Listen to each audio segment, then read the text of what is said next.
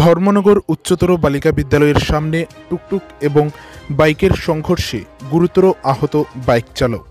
25শে March সোমবার দুপুর আনুমানিক 2টো নাগাদ উত্তর ত্রিপুরা জেলার জেলা সদর ধর্মনগর শহরে ধর্মনগর উচ্চতর বালিকা বিদ্যালয়ের সামনে এই দুর্ঘটনাটি ঘটে।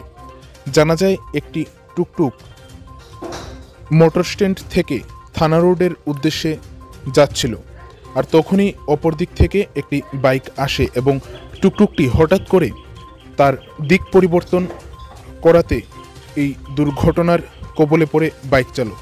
জানা যায় এই সংঘর্ষটি TR-054003 নম্বরের টুকটুকের সাথে TR-05C9919 নম্বরের বাইকের মধ্যে হয়। এই সংঘর্ষে নিশি দেবনাথ নামের 19 বছরের এক যুবক গুরুতর আহত হয়। জানা যায় ওই যুবকের বাবার নাম নারায়ণ দেবনাথ এবং ওই যুবকের বাড়ি রাধাপুর ওয়ার্ড নম্বর 3 এলাকায়। হাসপাতাল সূত্রে জানা যায় ওই দুর্ঘটনায় নিশি দেবনাথের পায়ে গুরুতর আঘাত লাগে।